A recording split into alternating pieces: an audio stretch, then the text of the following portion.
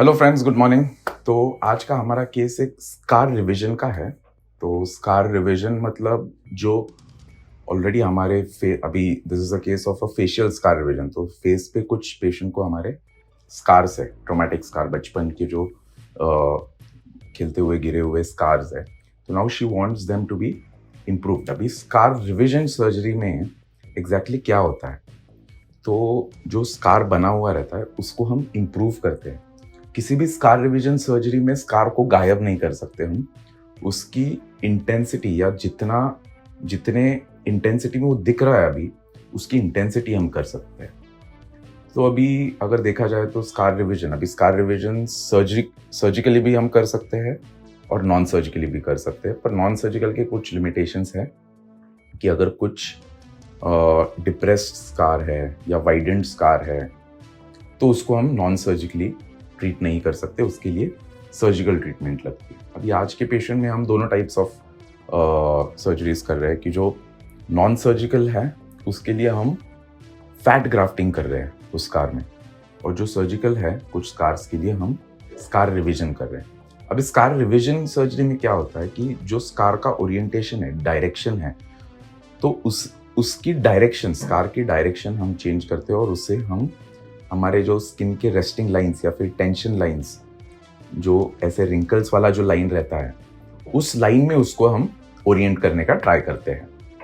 अभी अगर if it is at an angle not in the tension line, तो हम मतलब अभी ये हमारी रिंकल वाली लाइन है, तो अगर ये स्कार ऐसा है तो उसका ओरिएंटेशन हम इस रिंकल लाइन में ले आते हैं सो दैट दिखने में कम दिखे, स्कार की इंटेंसिटी कम हो, स्कार स्प्रेड ना हो। मतलब अगर वो in the line of wrinkles है तो स्प्रेड नहीं होता, but if it is against the wrinkle line तो स्प्रेड होता है। इसलिए हमारी कोशिश ये रहती है कि स्कार को उस रिंकल लाइन के डायरेक्शन में ही सेट करें। तो नाउ स्कार रिवीजन के लिए पहले हम मार्किंग करते हैं, एक्सटेंसिव मार्किंग रहता है, माइन्यूट डिटेल्स रहते हैं उसमें। पहले हम मार्किंग करते हैं और मार्किंग के बाद हम पेशेंट को ऑपरेशन थिएटर में शिफ्ट करते हैं।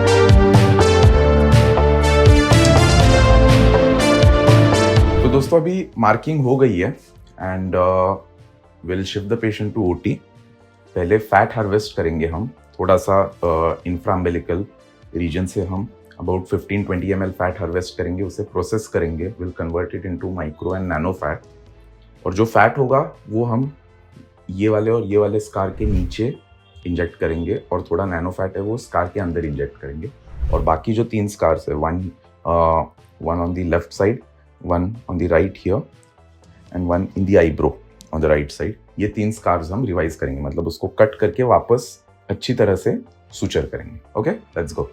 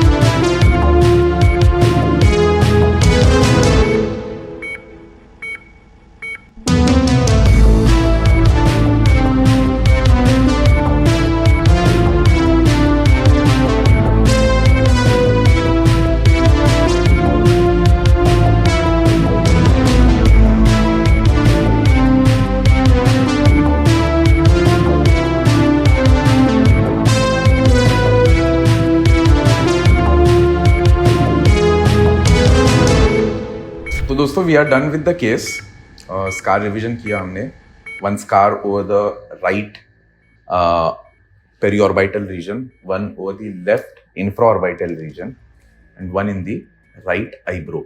ऐसे 3 स्कार रिवीजन किए हैं, और 3 स्कार में स्कार मॉडिफिकेशन के लिए हमने नैनोफैट अलॉन्ग विद एसवीएफ ऐसे मिक्स करके हमने स्कार टिश्यू में वो इंजेक्ट किया है।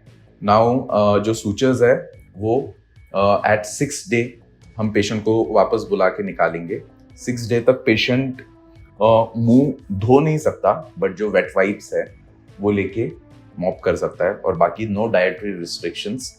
जस्ट रिस्ट्रिक्शंस ये रहेंगी कि कोई एक्सेसिव फिजिकल एक्टिविटी नहीं करना है, रनिंग नहीं करना है, जॉगिंग नहीं करना है, या फिर ऐसे चीजें जिससे पसीना आए या फिर बहुत फेशियल मस्कुलेचर्स यूज हो, वो चीजें अभी टिल सूचर रिमूवल अवॉइड करनी है, और उसके बाद ये सारी नॉर्मल चीजें कर सकते हैं। जो हमने फैट हार्वेस्ट किया है इंफ्रा अम्बिलिकल रीजन से, वहां का ड्रेसिंग, कंप्रेशन ड्रेसिंग है, वो 3rd डे पे निकाल देंगे और पेशेंट उसके बाद नहा सकता है। सेकेंड मतलब 3rd डे पे पेशेंट नहा लेगा। फैट हमने अबाउट 25 ml फैट हार्वेस्ट किया था, उसको प्रोसेस करके 5 ml nano fat and SVF हमने स्कार में इंजेक्ट कर दिया है। आफ्टर 6 डे पेशेंट को हम स्कार मॉडिफिकेशन क्रीम्स जैसे कि सिलिकॉन जेल्स वगैरह हम एप्लीकेशन के लिए बोल सकते हैं, या फिर सिलिकॉन शीट बोल सकते हैं, but everything is decided after suture removal. तो अभी now we'll wait for the patient to come back after 6 days. Okay.